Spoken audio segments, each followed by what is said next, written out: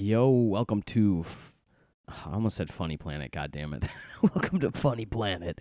Welcome to Funny Planet. This is what happens when you try to produce all your podcasts at one time.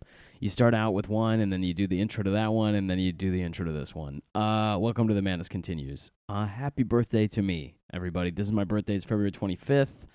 I am 34 years old, born in 1986. And why am I not famous yet? I read somewhere if you don't make your first million by the time you're 30, the chances of you doing it diminish rapidly. So I guess we'll see what happens. I don't know. My buddy James Altucher, he's made money, he's lost money. I think I'm gonna be okay. You're here with me. I appreciate that. This episode I decided to record with a buddy of mine from a little while ago, Jayson Acevedo. Jason's been a very nice guy since the day I met him. We know a lot of the same people in Paris. He's done comedy over there with groups of people who I've talked about on the pod before. We talk about it on this episode. Jason is a hardworking motherfucker, man. Member of the MLKs of Comedy in Chicago. He does all kinds of touring around Chicago. He's working road gigs. He's producing his own gigs. He's recording albums. The guy does all kinds of stuff. And honest to goodness, he's got such a big heart. I think he goes off a little bit in this episode about what he sees as some darkness in the comedy scene in Chicago. And if you're a fan of this podcast, you are don't exist. If you're a fan of this podcast, you are in the Russian Federation. If you're a fan of this podcast, you'll know this is a classic pastime for this podcast, is to kind of shit on the Chicago comedy scene a little bit. But I do have love for it. I love a lot of people there. I call them all the time, even though I'm in New York now. I miss going out. I miss hanging out at Mike's. It's different in the city of New York. There's camaraderie that exists in Chicago that doesn't in the city of New York. But along with that comes from all kinds of other vitriol that I think comes with any close-knit group of people. So we talk about it a little bit, and I think Jason honestly has a unique voice. I think Jason's a funny guy. Jason is genuinely interested in people having a good time. And I love to see him get up on stage. I love running into him at Mike's, and I was glad we got to sit down and talk for a little while. If you guys want to send me a happy birthday thing, I would really appreciate it. I could use it, man. It's been difficult here for a little while in New York for all kinds of different reasons. And I would just love to hear from you. Honest to goodness, you do this all the time, meaning podcasting. I do it, you do it, we do it, I do it. When one is doing it, as I do, sometimes you get into this habit of thinking, man, I don't think anybody actually listens to this thing. Like, I don't know if this is actually going anywhere. I'm doing anything. In fact, I don't know if my life is going anywhere. I'm doing anything. I'm making big decisions. I'm going from place to place. I'm trying to partner with people. I'm trying to make things happen, and it's difficult. So any encouragement would be helpful. Shout out to Brian Rowe and whoever else created the You Crushed group on Facebook. I think that actually is a good move. I think it's positive to share that kind of reinforcement with each other, because here I am asking for it right now. So if you guys wanted to send me something like that, I would appreciate it. All love for everybody listening, and I hope to get to see you at a show soon. I'll be back in Chicago on the 20th of March to open and feature, I don't know what the relationship is, do some comedy before Brendan Gay gets up on stage at the Lincoln Lodge and record his album, which is pretty cool. And a shout out to Janelle Murphy.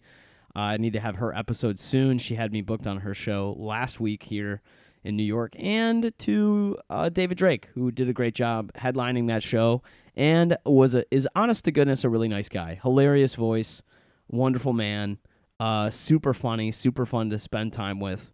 And I had a great time, so it was wonderful to see him too. Anyway, it was a little mini Chicago reunion. Take care, everybody. Be well. Happy birthday to me. Happy birthday to you, if I don't get to see you. And without further ado, here's Jayson Acevedo.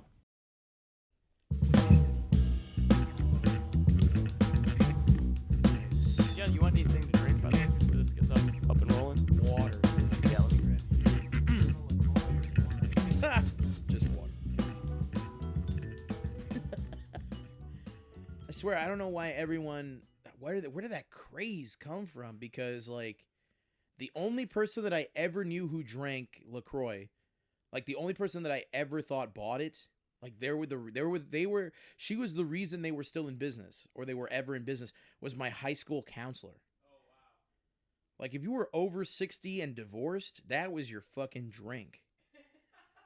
And like, now everybody's like, ooh, look at me, I'm cool with my quinoa and my Lacroix. It's from like right around where I grew up. Right.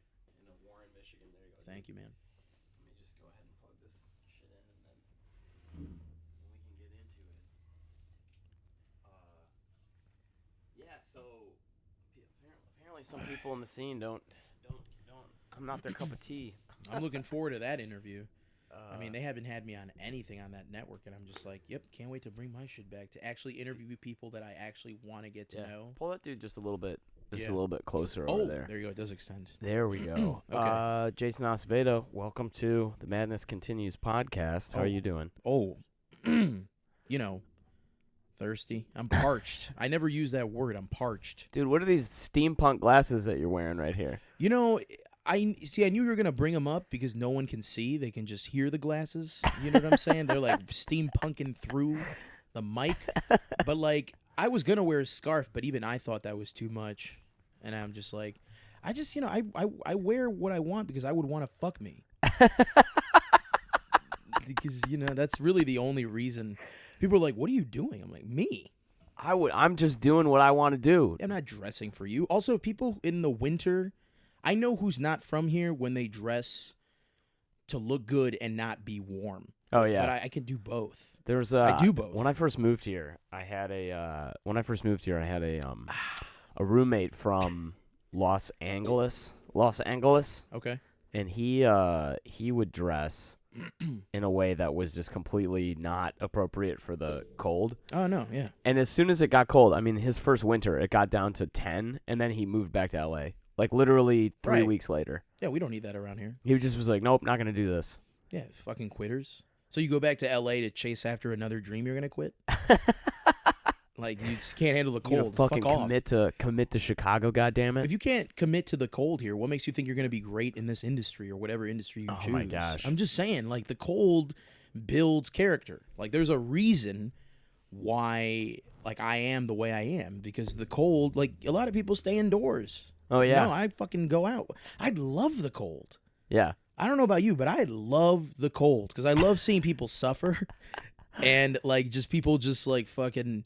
Like, nobody knows when they go outside. They just expect it to be whatever they dress for. Yeah. And it's like, no, dude, you never know what it's going to be like here. So you have to prepare for the worst. Yeah. And, like, even sometimes they get it wrong. They get it wrong on the news all the time. Dude, for real.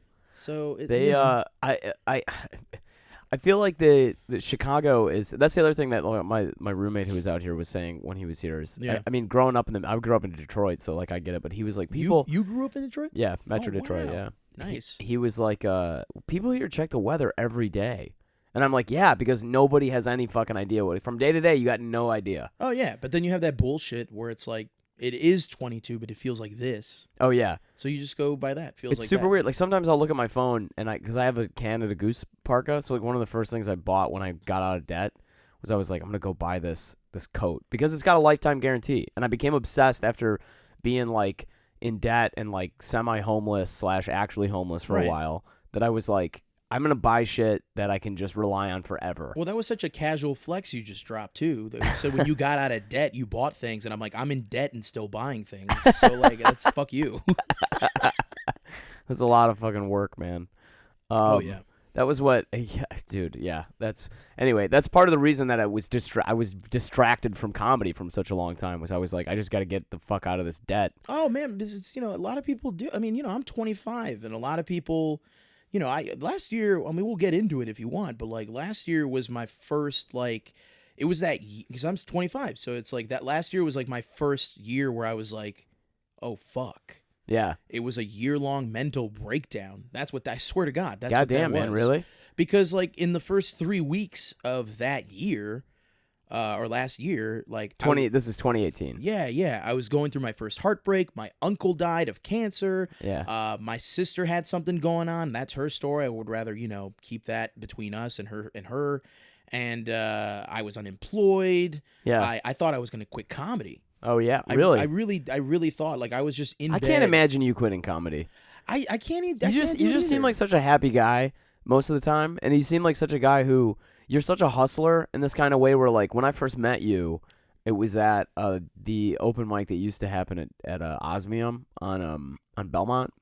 Oh, are you talking about the fucking the coffee shop? The coffee shop Oh mic. shit! Yeah, it used to happen on Really, we met there? Tuesdays. Yeah, I think so. It was Holy like shit! 2015 now. Yeah. So anyway, I remember being there and talking with you, and the reason I remember this conversation specifically is because we were talking, and I had this weird, and this is like what came up on Dale McPeak's podcast, which is I think really funny. Is like especially when I first moved here. I mean, I still fucking do this, but like especially when I moved here, I was like, oh, I've been doing comedy for fucking 15 years, and I've fucking done it all over the world, and like all this shit. And so I started talking to you about that, and you were like, oh yeah, I've done comedy in Paris, and we like knew all the same people. Yeah. And that's where I was like, oh so shit. So I'd gotten back from that. Okay. Yeah, Okay. yeah. So it was like the summer already. Yeah, it was the summer of 2015. So then I was on my way to fucking Edinburgh. Yeah, I was on my way to the Fringe in August. So then I met. Oh shit! So it must have been right after you got back from the Fringe then. Okay, so then like September-ish. Yes, probably was the end of fall. End of summer. Yeah, end of summertime, I think. Right. So, where was this going? So I just can't imagine you not doing comedy because you seem like such a hustler. You've got all these shows that you're doing. You did that one in Waukegan recently where they reached out to me. I think I posted because you posted something, and then this woman was like, Jayson Acevedo's doing the show if you want to do one. And then I immediately was like, I'd like more information. And that's what I want because I want to go to territory that I'm not aware or that I'm not like used to or like know anything about, and then just plant seeds. So then that way the transition for others, especially others like yourself that I care about and am a fan of myself, it's easier for you guys. Like once they're like, hey, come do more, and they need more in Waukegan. Waukegan is a great time. She said that it was a great show when I was talking with her about it. Oh man, I had we did 2 shows. I did 48 minutes in the first show. The next show was like an hour 5. It was looser. They were completely improvised shows. Yeah. So I just did my hour, which is called Lonely Wit. And that format is it's a crowd work show, but I have a pianist accompany me. Yeah. So nothing is rehearsed. That was the second time that pianist and we met together. Or that was the second time we ever met. The first time we met was the recording of my special last year in December. Yeah, see, this is the other thing that you and I do and have in common a little bit is that I feel like you don't really, and this is why I can't imagine you quitting comedy, is because you kind of, there's a real, and this came up in Dale McPeak's podcast also, is there's a real scene hierarchy concept that people have. Right. And so some of the slings and arrows that came my way from that podcast were like, how do you how come you are recording something? Don't you think you should have all this shit together first? I have this conversation all the time where people are just like, okay, so going off of this year-long mental breakdown, like I was just fucking depressed. Yeah. And like I was unemployed and I was just lying down. Like I was in bed every day. Yeah. I had no energy to do anything. I did not want to see anybody. Real ass depression. Yeah, like I didn't know what I was going to do. I thought I was just going to get a job and just wait till I die. That's all it was. I swear to God. And I just didn't find anything. I wasn't happy with anything. I stopped performing. I just did not. I wasn't happy performing. You sound like you're describing the front half of a fucking depression pill commercial now. I'm serious, yeah. And then do you losing interest in activities you used to love? I swear to God. Yeah. And like I got off social media for like 5 months. My first show back was that fucking CYSK audition that I didn't get, and it's fine because it's like for a lot of people what you're talking about, that like scene hierarchy shit. That was just my first show back. The only reason why I got that spot was because I asked one of the producers, and I don't care, it's Blake. I asked Blake, and I had Blake Burkhardt, who's one of the producers of CYSK. I was just like, yo, what the fuck? Like I saw the lineups and I was like, who is booking this shit? Because there was people who have been doing comedy less than 3 years. And I'm not saying that however long you've done it discredits you, but a lot of those people I've seen before. I was like, are you just taking everybody? Is this just a cattle call? And then he said, well, if someone drops out, I'll put you up. And I was like, but I'm not asking for that. Yeah. So then he gave it to me and I was like, okay, whatever the fuck. Because I hadn't performed in 5 months and I was on my way to Columbia, the country. I went to the college too and I graduated. But like I went to Columbia, the country, to surround myself around family and mountains and just love. Yeah. For 12 days. And I think nobody knew why I was depressed. I think sure. my mom might have told some people, but like, it was kind of a feeling of like existential hopelessness. yeah, it was just more so like, what am I you know what it was? I felt like I started comedy at 16. Sure. So I thought I had. You started comedy at 16. I did. Okay. I thought I had wasted my life up to this point, or up to that point. Yeah. And I was just questioning a lot of things. But then I like reconsidered everything. I reflected on everything.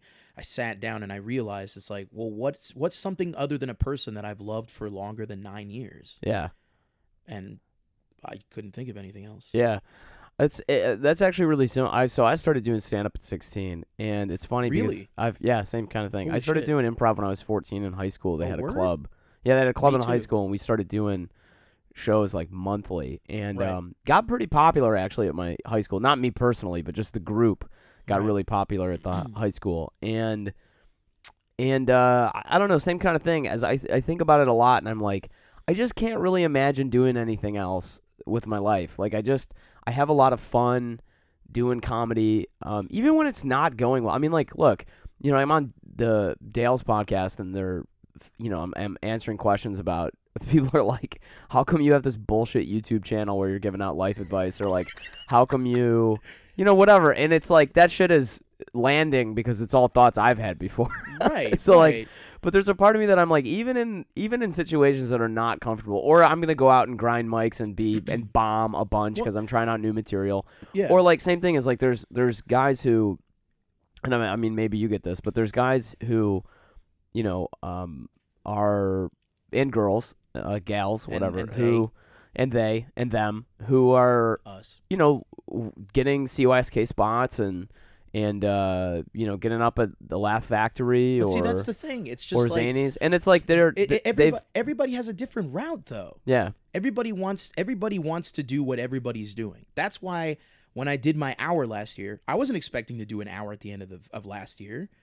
Just a lot of my peers, like a lot of my people that I respect and look up to and love, they all said, we know you can do an hour. Sure. Just do it. And Yeah. I was like, it's like, well, I already have this and that. And I'm like, well, I mean, like, a lot of the people that told me to do something were the ones that were around Yeah. to like hear me out and hear why I was feeling the way I was feeling. And that hour that I did in December, Lonely Wit, which you can get now at jasonavocado.com, JAYSON avocado, AVOCADO.com. But the reason why I think that special is so different from anybody else trying to do something in the scene is like, for example, like, oh, I'm going to do a 30 at the storefront. Oh, I'm going to do an hour over here. But it's like, well, who knows you? Other than the people. If you have people come out to your show and you're doing an hour, I know you're less than 4 years in because people still care. So it's like, I swear to God. And then it's also like, what are you doing to differentiate yourself from an already oversaturated market? Give me a reason, or you have to give people a reason to want to watch you. Sure. If you're just going to go up there and tell jokes and we don't know who the fuck you are, I don't care if you shared a lineup with Michelle Wolf. I don't care if Dave Chappelle popped in and you happen to be on that same lineup. I don't care. What is going to set you apart from everybody approaching a traditional art form, which is why I consider myself not only a fucking visionary, but a goddamn non-traditionalist. Sure. I don't like doing things the way other people do things. I just kind of feel like it's the same. I don't know, man. I guess there's a part of me that feels like I wish I had the part of the brain that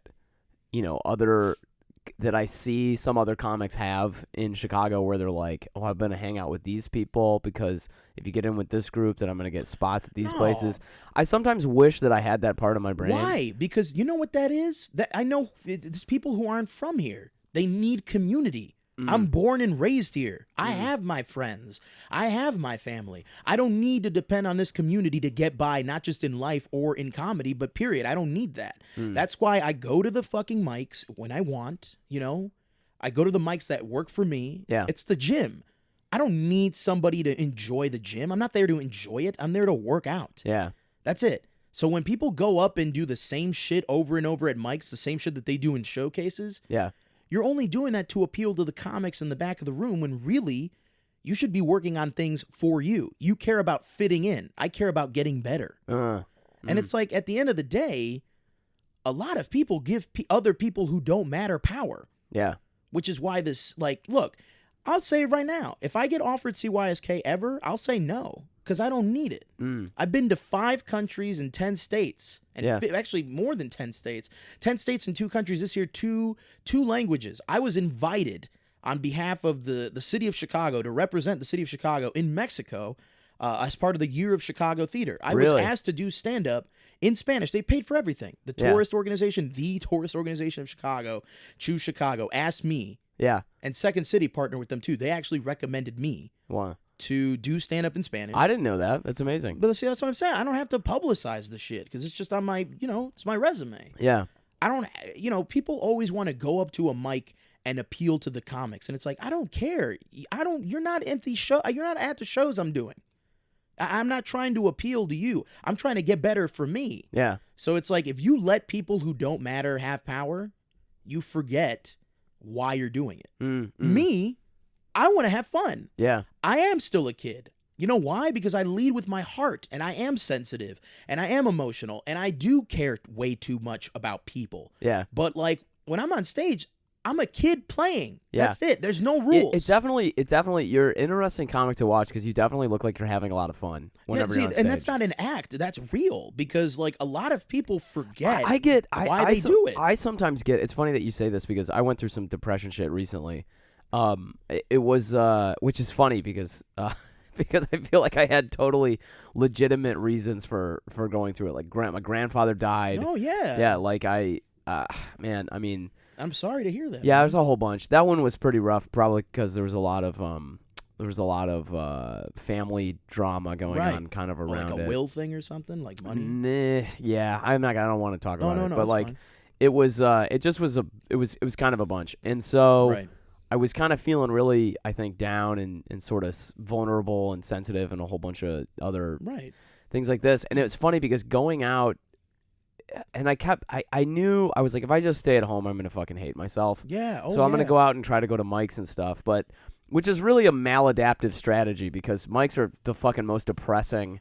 Like, it's so bad. But what happened after he finally passed and I went to his wake and everything, I think something switched in my brain where I just was like, I'm just going to have fun again. Like, I'm not trying to, because getting up in front of, I guess that was a circuitous way of me talking about that, like, getting up in front of other comics at mics and trying to make them laugh feels, especially like if I let it go, if I'm like, I don't give a shit about any of the people in this room. Right. And like, even if I have friends in the room and even if I'm friends with everybody in the room, if there's a part of me that goes, I just don't give a fuck about what these people think.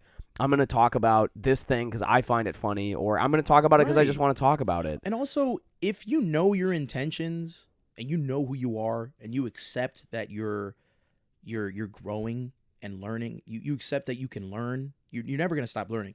If you know your intentions, say whatever the fuck you want to say. Well, try whatever you want to try. Work out whatever you got to work out because you're not there again to appeal to anyone. You're just working on some shit that you either believe in or some shit that you think could work. Or you're working through it yourself, maybe. And that's the thing. If it weren't for Darius Kennedy, bless his heart, man, because like. I had a great conversation with him when I was going through this like year-long mental breakdown. And Darius Kennedy is, one of the best comics in Chicago. I don't care what anybody fucking says. I respect the shit out of him. I love that man. He's like a big brother. And he never has anything bad to say about anybody. He works. He's to himself. He grows. He evolves. And he's funny. And he's nice. That's what a lot of people forget too, is everybody just, it feels like LA sometimes, where people just want to get something from you. They don't want to get to know you. You know what's even weirder about what you just said is like, having spent a little bit of time in LA recently, I found everybody was so generous. Like people were like, I'm in town. I messaged people. Improv? No, I was out doing stand up. Yeah. Yeah. So I messaged a bunch of people and I'm like, hey, I'm just in town for, the week. Right. And just wanted to get some spots, and I know it's last minute. Yeah. And all these people were like, yeah, sure, come. We'll give you time. Well, because they know you're not coming back. I got time and all this. Yeah, right. That's the reason. Right, yeah. Yeah. But I mean, like, I just think everybody seems so super nice, and I did great. I did great at, like, every show I did out there. And then I think about coming back to Chicago. Same thing when I was in New York, and I mean, this is probably if I end up on a McPeak's podcast about why nobody likes me, it's probably because I say shit like this. But I go to Right. fucking New York, or you go overseas, or you go different places that you You're and I have loved. been. You can get up and you can do fine. And for some fucking reason, in the city of Chicago, everybody always just, however the worst they've ever seen you do, or whatever that's where they're gonna That's their peg reference. you. That's their reference. Where they're gonna peg you. They don't give you credit for growing. They just take that one part that they saw, and that one show that they saw. It's kind of bullshit because I think one of the things that somebody said was like, how come you something like cringe-worthy comment. I forget exactly the comment but somebody ended up throwing something about how they were like, you try out this cringe-worthy material or something, and I think to myself, I don't get feature spots at the Comedy Castle in Detroit, right? Or I don't get a spot at the second room at the Stand because I'm bad at doing stand-up. Yeah, but like see, people get mics confused with like, you're not at the showcases that I'm doing. You care more about doing some big ass showcase at a bar. I care about going into a club and selling merch and making it harder for whoever's headlining to follow me. Yeah, like. It's choose your, people choose your battles, choose your victories, like small or big. People get excited. Oh, when they, if CYSK is the thing you're working for, then I don't want to see the rest of I don't want to see your comedy because for a lot of people, that's the end all be all. I just kind of accepted that I'm not their comic. Like I'm not the guy. But you don't have to be the comic for you. But that's what I mean is like I'm not their guy. Like so I go there last night and I see Kenyon Adamchuk or Andrew Shankland, two guys who are I think great comics. I would never, if somebody put me on a lineup with them, it would be because for variety. I'm not that kind of comic. I love Kenyon Adamchuk. Yeah, I didn't know who he was for hilarious. a while, but then we met and he hosted when I opened for Ian Edwards. He hosted. Yeah. And he's a really dope dude and he's so funny. Yeah, he's hilarious. But like he had a great set. Same thing with Andrew at the CYSK round 2 auditions last night. Yeah, see again, it's they like were great. Jesus. Like look, going back to what Darius said, and he told me over a phone call, he said that comedy's not going anywhere. Yeah. I needed to hear that. Yeah. Because a lot of people, there's a difference between therapy and therapeutic. A lot of people love to go to the mics and like get through shit. And it's like, nah, bro, we don't want to go through your shit. So go get better and come back when you're better. I feel like sometimes this ain't going nowhere. Sometimes that feels like that. Truthfully, it feels like sometimes that's what I'm working through. Right. But I feel like a lot of it is like I'm trying to, this is the other thing that's weird to me is it feels like you're whatever you're using open mics for, you that's up to you. It's your time on stage. You got 4 minutes. Use it for whatever you want. What's always personal gain, whether you gain shit during your set or off, like when you're done, because a lot of people forget that like there's a life outside of this shit, and you can tell the people that make this their life, and that's some sad shit. Because if this is your life, you're a boring ass person.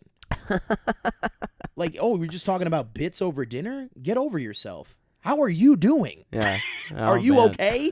Are you the same person at home when you're by yourself, when you're on stage? Because a lot of people don't have to be. Yeah. But I know for sure. You know what? I made a recent breakthrough with my own comedy. Maybe the entire time I've been doing comedy, I haven't even been doing me on stage. Yeah. It's just my father. Yeah. Oh, wow. That's a way to honor my father. My father is an ignorant, close-minded, fucking just dumb ass. And just like he just cares about money. Yeah. He works with people and I have no idea how I still don't understand. Like, cuz I get it kind of, cuz I still work in catering and shit, and occasionally I do banquet serving and shit. My dad always has to put on a smile for people. And when he gets home, he's just like, man, fuck everything, because it's just like you have to put on a smile even when it's a situation you're not supposed to smile in, because it's fucking catering. It's hospitality. Yeah. It's the service industry. So when you get home, you're just pissed and you want to go to sleep and you talk about money this and money that. My dad don't have friends. He just has people that build shit for him. That's it. He just doesn't have any. He doesn't have anybody over for drinks. He doesn't have anybody over to watch football. Yep. He's either working, sleeping, or shitting. That's it. And sometimes it's all three. And it's just like my dad doesn't get along with a lot of. He's just ignorant and closed-minded. So So this is who you've been kind of channeling on stage? it's like, yeah, but for some reason he's Puerto Rican because I'm loud as fuck on stage. But like, I'm Colombian, so like we're chill. We don't have to go around and say we're Colombian every 5 seconds. You know, That's what I'm funny. saying? But yeah, I really do feel like I'm doing my dad on stage. I definitely feel like I would like to. It's almost like getting on stage. I'd like to. There's no. I used to, when I first started doing stand-up, I would get really psyched up before I got on stage, and I would be like, feel like I'm putting on like a character. Oh, yeah. But I feel like in the last bunch of years that I've been doing it, it's been more like I'm just walking out on stage. Like I'm just gonna be who I am. I feel like every time I go on stage, it's something you can't miss. That's the way I look at it. Because you know what's funny?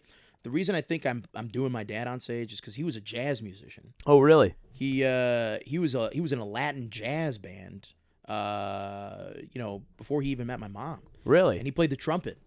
Damn. So that's where that comes from. And I don't play the trumpet. I just sang and shit. And like he always wanted me to like learn how to play the guitar and piano and shit. And I just fucking. You were like, nah. No, I learned. I see. He wanted me to learn all that, but I did what he taught me first. Like I fell in love with what he taught me first. Got it. And I was eating. But like my grandfather, his dad was a Baptist fucking minister. Oh wow. So I think that's where heavy. That's where a lot of like my conviction on stage comes from. Like my loud, like my fucking just like my fucking. Your energy. Right. And it's like, my grandfather was preaching something. I'm preaching a whole other thing. Either way, it's rooted in positivity. Yeah. It's rooted. You're a really positive guy. I feel like a lot of I don't think I've ever heard you say anything negative. Like I don't think I've ever seen you post anything negative. I don't think I've ever heard you say anything negative. Like it's mostly all been like you were saying, just positive. Like you have a lot of positivity. Well, because a lot of the reason why that is because I think this is about to sound really dramatic and shit, but I really do believe it's the truth. I think last year that Jayson died. And I think after I came back from Colombia, I was in this like rebirthing process and like just rediscovering or like like my soul and my mind and my body was just like reignited. It like I found a new purpose to why I'm living. Damn, dude. And it really was. I think that purpose is just like, yes, a part of it is helping people, momentarily forget all the unpleasantness in their lives. But then there's also that aspect of that I just recently discovered within the last 3 months, this like spiritual transformation that I'm going through, where it's like, it's a concept of moral dessert. Moral dessert. When you tell a kid to eat their vegetables, they expect dessert. But I'm just going to eat my vegetables. Yeah. And that's food for thought. And I'm actually trying to eat vegetables because I want to live longer. I really do. Because like I feel like I got a lot to do and I got a lot to see. Is that like a bit? Did you just? No, that's real shit. Fuck you.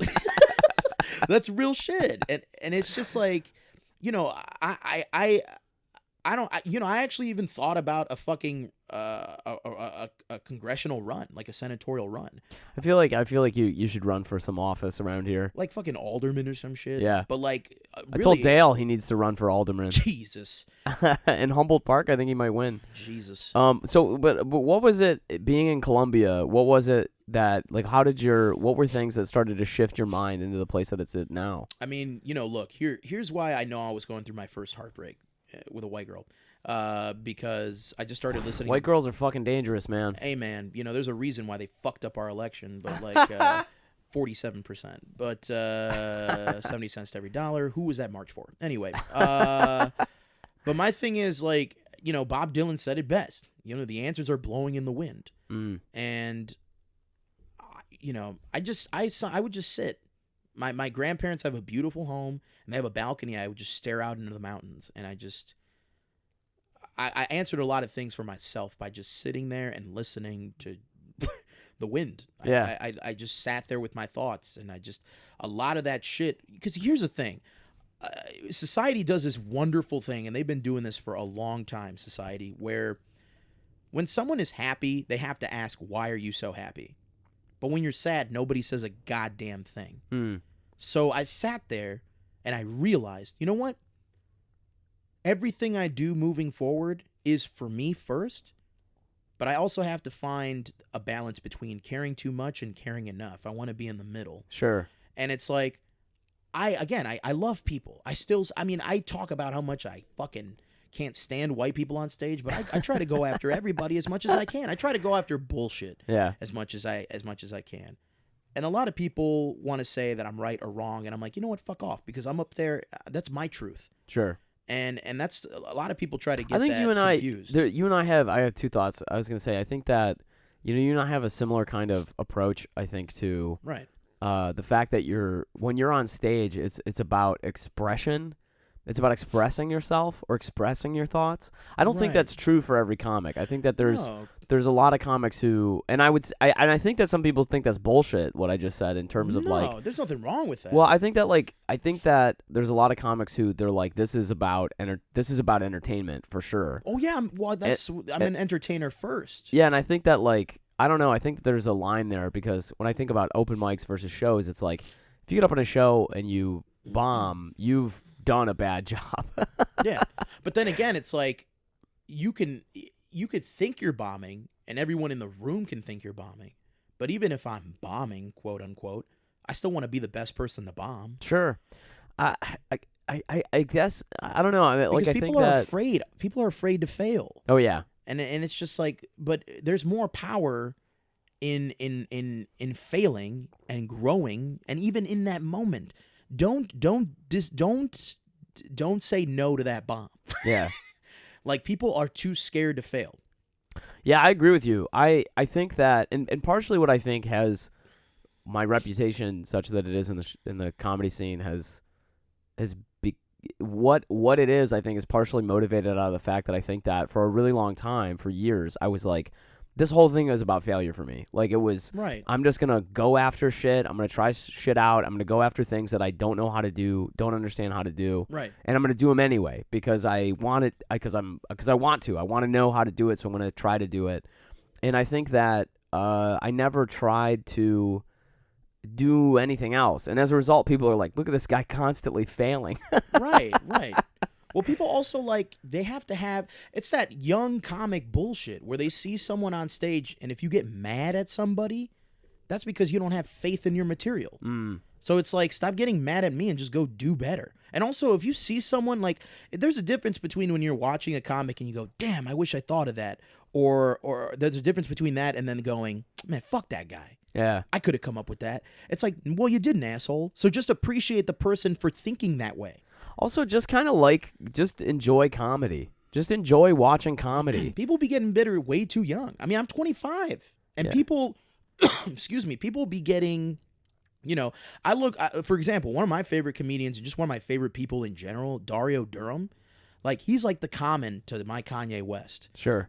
We get each other. We're like-minded individuals where we don't even have to say a lot of the things that we know because we don't have to say a lot. We don't have to explain a lot of the things that we both already know.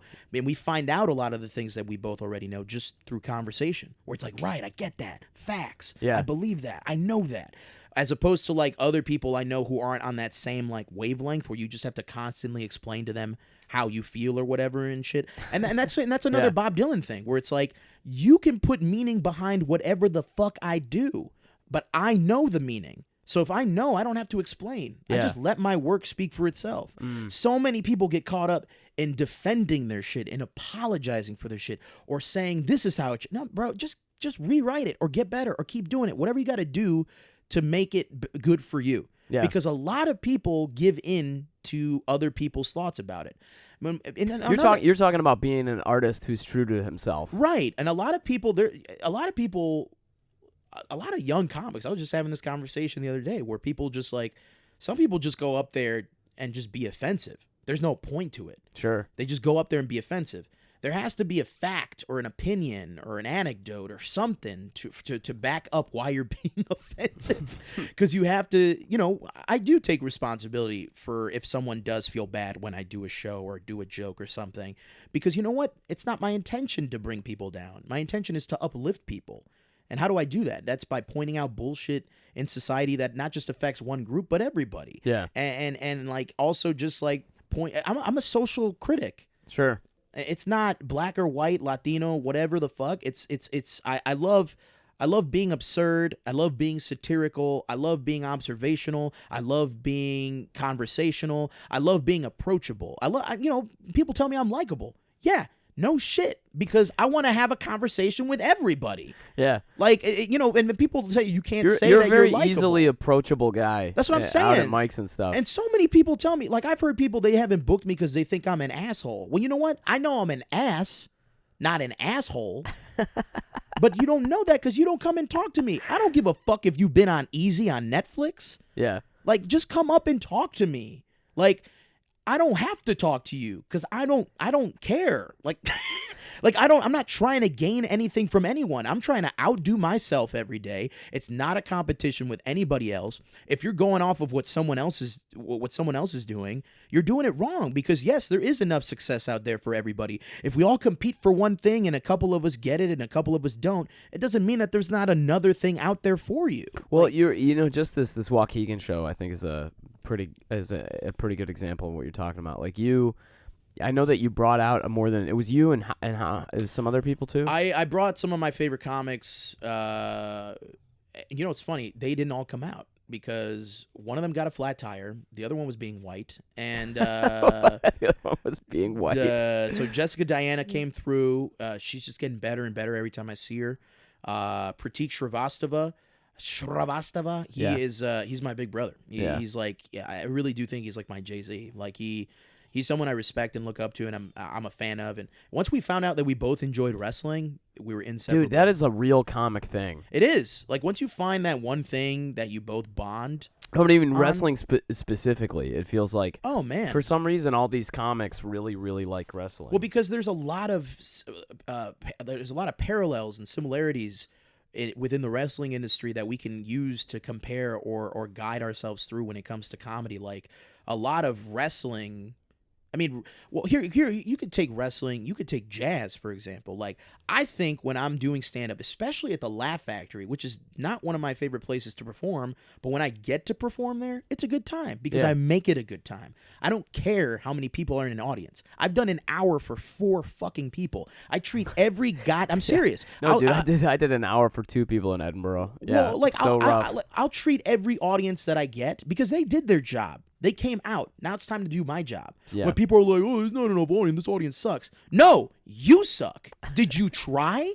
Did you just check out? Because a lot of comedians, they match the energy of the audience when it should be the other way around. Yeah. And even if they don't match your energy on stage, at least try to get them there. Yeah. It's jazz. Jazz is timing, rhythm, and improvisation. And what makes jazz cool is if you do it your way, not everybody else. A lot of motherfuckers in the scene are doing covers. Ooh. They're doing covers. They want to be somebody else. I'm being me. I'm doing it my way because I'm playing my own game. People say that all the time within the scene. Oh, you got to play the game. You got to play the game. You got to go here, talk to these people. Nah, bro. I'm playing my own game. I'm playing chess with checker pieces. It's my fucking game. It's my rules. I'm not playing by anybody's rules, traditional standards. Fuck traditionalism. Fuck the way things are supposed to be.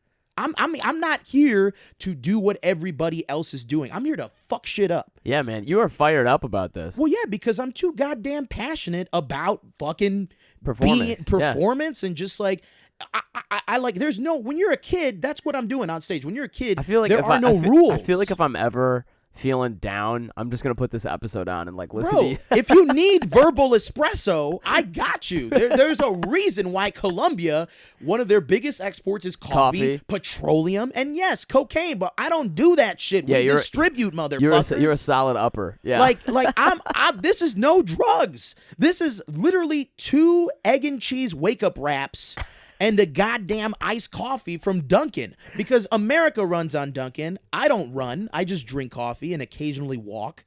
But like it just, a lot of people, the thing that they do with comedy is they forget that you're doing this for you. I don't care about anybody's opinion about me.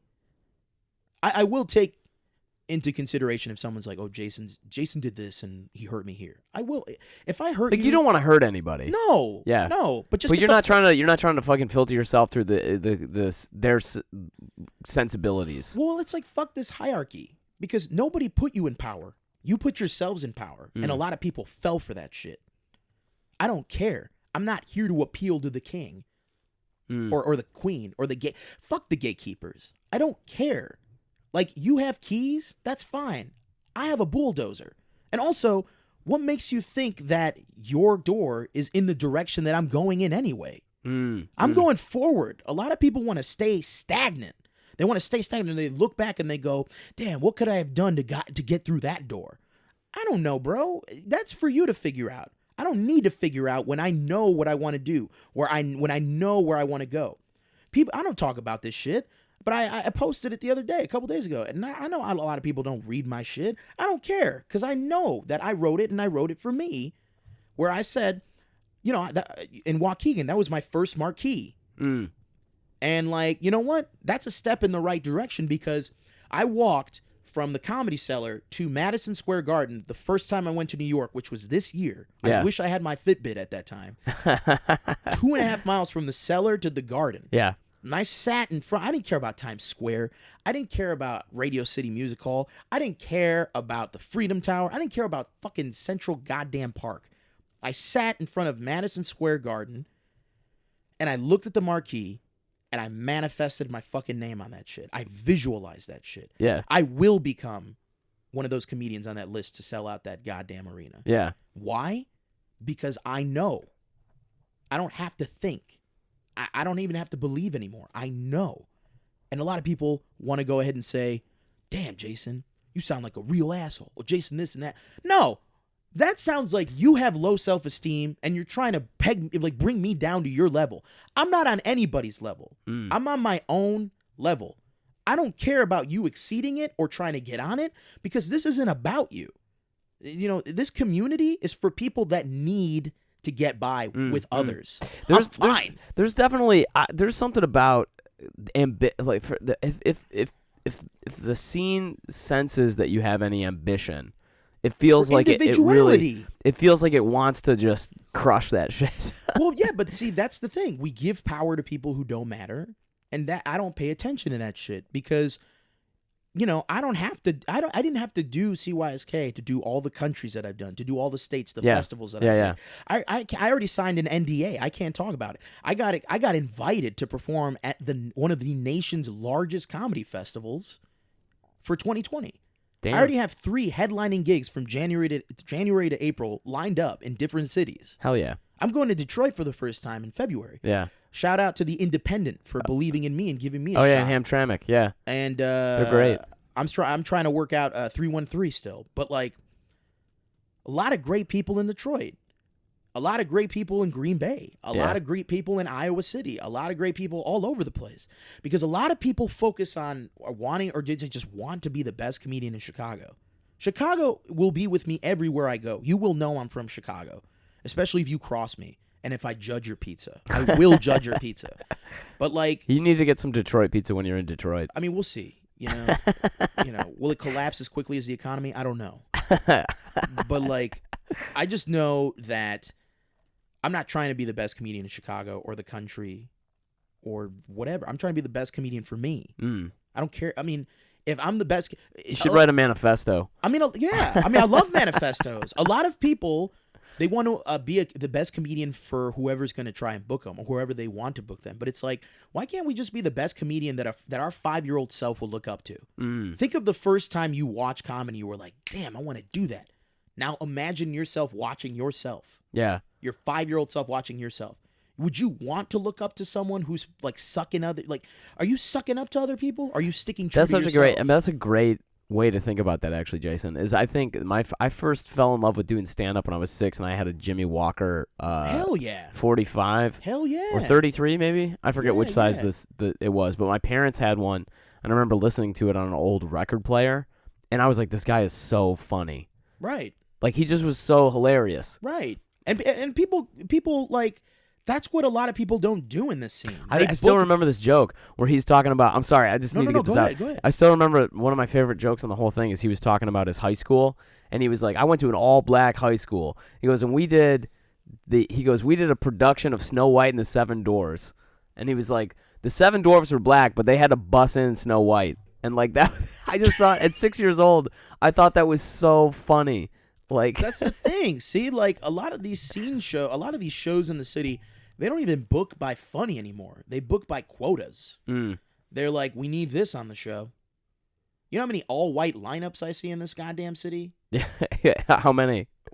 Every day. A lot. A lot. And you know what? That's a shame. Yeah. Because, like, you know, then people wonder why I'm mad. Yeah. Because, like, it's not because you're not booking me.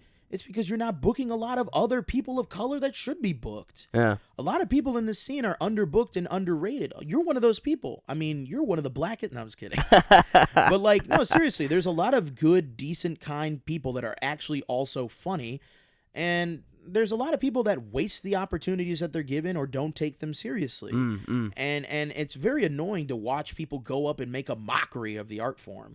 Like, I just, you know, a lot of people, you know, this whole alt shit, like, I've seen alt done right, and I've seen alt done wrong. Don't go up there and hope it goes well. Go up there and know it's supposed to go well. That's the difference between a lot of comics in this scene. Is that they hope that it goes well. They're I'm going to go up and going up on faith. I'm going to go up and bleed from my mouth for 5 minutes. Oh, that's so underground. So underground. And our show's on the second floor. What? Come on, man. And then, like, there's comedians that you... Our show's on the second floor. I'm just saying, man. A lot of these people think they have so much power over people. It's like, no, stop. They don't have no power. There's a reason why a lot of you are still here. Yeah. Because you're afraid to take that chance on yourself. You're afraid of going somewhere else and losing that familiarity that you need to be surrounded by. You love being in charge. And it's like, look, I love Chicago. I'm born and raised here. This is home. Yeah. I want to stay here. That's my choice. I will go to New York. I'm trying to start a monthly in New York. Yeah. LA, I have meetings. I have people that I talk to. And you know what? Again, if people get mad or they get like, if for some reason someone's listening to this and they go, fuck this guy, bro, who hurt you, first of all? Second of all, I hope you find what you're looking for, but you don't have anything that I need. Nobody has anything that I need. Because what I need is a fucking clear conscience. I need to lose weight. I swear to God. Because you eat those vegetables, man. I got to stay hydrated. I want to live long enough to outdo myself. Yeah. Over and over and over. Because so many people want to stay the same. Yeah. You're around here reading this Nietzsche, this self-overcoming. Bro, yeah. But also, like, here's a fun thing to say. Like, a lot of people don't even learn from history. They just go, well, I'm so creative and innovative because I said faggot. Like, nobody cares. You're not taking any chance or risks that nobody's done before you. What the one risk that we should all be taking is accepting who we are on stage. Because some people don't even accept themselves when they're at home by themselves. Yeah. So many people need to drink to do comedy. You know what that is?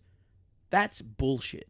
Because a lot of people want to get up there and depend on something to make them funny, as opposed to people like you and me. We already know. So we don't have to explain or say, this is why we're doing comedy. Yeah. Because we know. We all have our reasons, and some people forget their reasons. I'm just checking this time. You're good. We're gonna be rolling up here in a little bit. Yeah. I feel like you should write a book, Jason, or something. Yeah, a cookbook. This is what you should be eating, and also this is what you should be feeling when you eat it. I'm just saying that, like, man, like, I have never been that person to stay in line. You're this is why I say, like, you're a hustler, man. Is like I kind of, I don't know. Maybe this is because sometimes I wonder, is the world what you decide it is, or is the world what it is and you react to it and then you have to make decisions on it? Because I think the world is yours. Because I think, like, I just realized or made the decision a while ago that I was like, I'm just not the guy who gets picked, man. Like, I have to pick myself. That's good. Then pick yourself. Yeah, like, it just really feels like I'm not the guy who gets, maybe other people are. I think, but see, we focus on who we're not, and we don't focus on who we are and who we're becoming. Yeah. Like, that's a really good point, actually. I mean, so many people want to, again, people are playing covers. Jazz. Be you.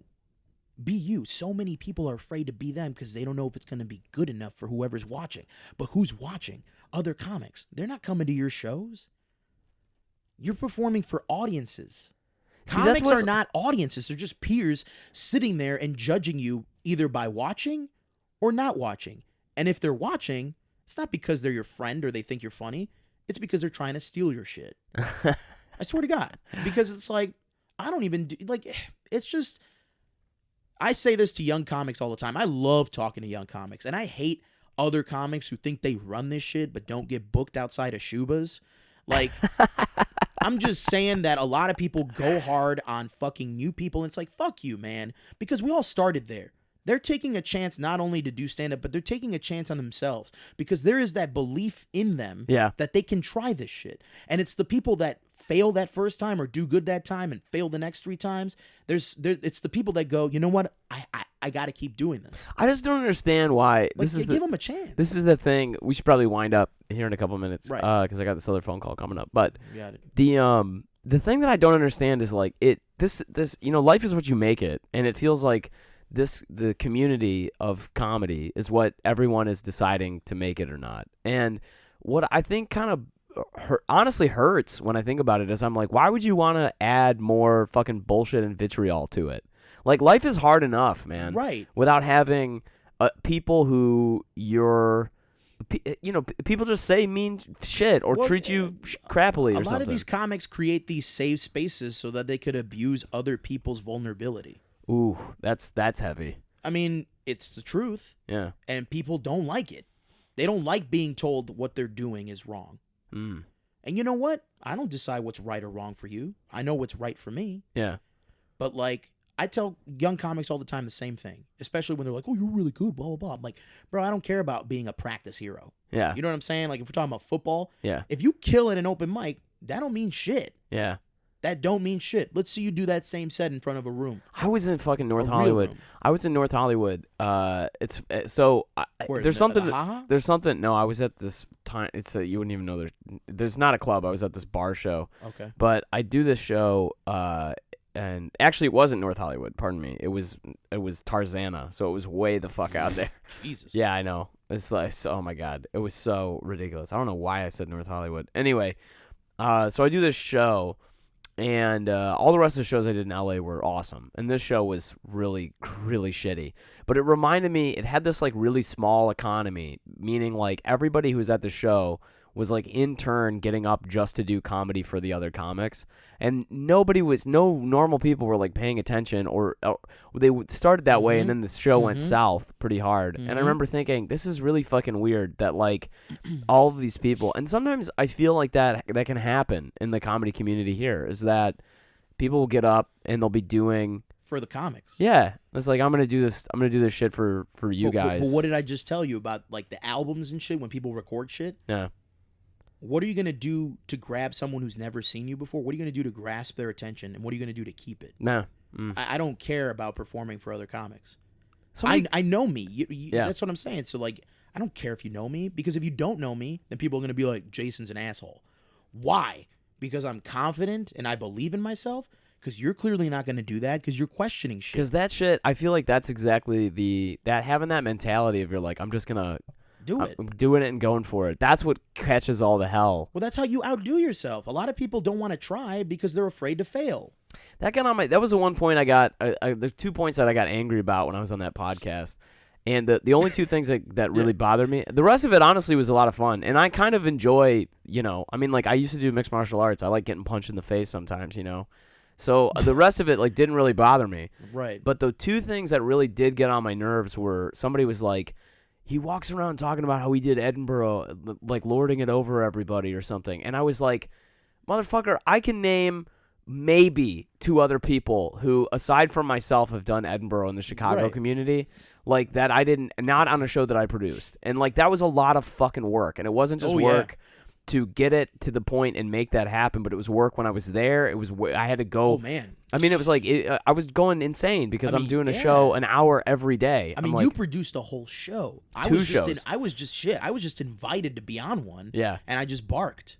I mean, it was like, it was totally nuts. And so that kind of shit frustrates me because I think to myself, this is how obsessed are some people with just wanting to shit on anything that Well, see, yeah. Yeah. That's the thing. I know you don't, but it sounds like you are, but you're just trying to make a point where that negative energy is their low self-esteem. The fact that they have to bring another person down to make themselves feel better. Yeah. Not only says that they have a low self-esteem, but that, again, they don't believe in their shit. They know a lot of people, when they go to the coasts, they know they're not ready. You know how you know you're not ready? Because you find out quickly that you weren't working as hard enough in Chicago. A lot of people take this scene for granted because once you reach a certain level, you feel like the work stops. And then when you go to the coasts, you realize that you ain't shit because you stopped working. You were just too busy getting your dick stroked or your vagina, whatever, shaved. I don't know. But, like, I'm just saying that a lot of people, if you feel like the work is done, then I assume you're dead. Because the work is never supposed to feel like it's done. If you feel like the work is done, then were you even doing work before? Well, this is what's part of I think part of what I feel is like my approach to comedy, and probably why people are like, his shit never is working or he's not funny, is because I feel like as soon as I have a bit that I think is like, okay, this is funny now, I feel like I'm done with it. Like I'm done. Oh no. And I just want to move on to the next thing. It's a comedy orange. You have to squeeze the shit out of it. Yeah. Squeeze it until there's no more fucking juice. And even if there's no more fucking juice, you can still peel an orange. You can still chop up an orange. You can still touch it. You see what I'm saying? Like, people give up way too... Like, people try a premise. They don't even try a bit at a mic. They try a premise and see where it goes. I'm an improviser. So, like, I like to write on stage. And a lot of people are like, well, that's not how it should be done. I spent 5 hours writing tonight. I'm sorry. Not really, because that's your process. You want to sit at home and be depressed and be angry because other people are outdoing you? That's not how it should be. Outdo yourself. Listen to your shit. Record your shit. Go back and listen. Yo, I had something there. Yo, there's a reason why people laughed here and not here. It's a lot of science. Be scientific about it. It's football. Look at the fucking practice tape. I don't care what you got to do. All I know is that, again, I tell young comedians the same shit. Validate yourself. Create your own opportunities. And giving up should be way harder than trying. Like, stop doing things for other people. Do shit for you. You don't get better by appealing to others. You get better by doing and growing and learning and loving and trying and being kind for you. Do good things and don't expect anything in return. Stop. Like, this ain't a reward system. This is not a reward system. Oh, if I do these mics, I get this. No. Just do the mics to get better for you. Who cares if people don't recognize it or not? Did you recognize your growth? And also, Chicago isn't the only goddamn place. Go to the suburbs. Go to Indiana. Go to Wisconsin. Go to Michigan. Go to Ohio. Take chances. Because if you don't take chances, then you're going to sit there wondering why I don't get booked. You gotta do like an online. Happen? You gotta do like a motivational course, man. We're running up on time, and because I have to get rolling to something, which sure. I need to prepare for, unfortunately. Right. Jason, if you want to pick this up too, part 2, I don't give a goddamn. Yeah, man. Yeah, we'll get you over. I'll sleep over, Brendan. Just give me the couch. I'll wait for your phone shit. I'll wait for your business because this shit is important, not just to me. Yeah. But like, I just care about what works for me, and also knowing that if something works for me. I'm not going to give everything out, but I love uplifting others. Yeah. Fuck the way the scene does things sometimes. A lot of these gatekeepers love bringing other people down to uplift themselves, and that's when I know that they've given up because they have no other way to, like, they just care about holding the keys over people, and like, it's the sheep that are going to go for it, that go, you know what? I do need that. You're putting power in people's hands, or you're giving people who don't matter power, and people forget to give themselves power. Give yourself power to believe in you. Give yourself power to try out things for you. Give yourself power to be you. Because, again, you should not be afraid to be you. That is what discovering your voice is. Don't let what other people think or other people's opinions or other people's way of doing things influence how you end up doing things for you. That's powerful, man. Yeah. I haven't eaten yet, so like, imagine that. Where can people follow you, get at you, any of that? JaysonAvocado.com. Yeah, Jayson, and then avocado, AVO for you motherfuckers out there who just eat guac. AVOCADO.com, and then Jayson Avocado, Instagram, Twitter, and shit. And buy my fucking special, and fucking, if you want verbal espresso, it's called Lonely Wit. And you know what, man? It's just nothing but love, and at the end of the day, I don't care what you think because I know. Oh, hell yeah, Jason. Thank you so much, man, for dropping by. We'll do a part 2 on this, and because I'll need a shot in the arm, I'm sure, into the new year. Oh yeah, and I also, I thought there was gonna be food, so there definitely has to be a part 2. Thanks for having me. Peace. Pizza.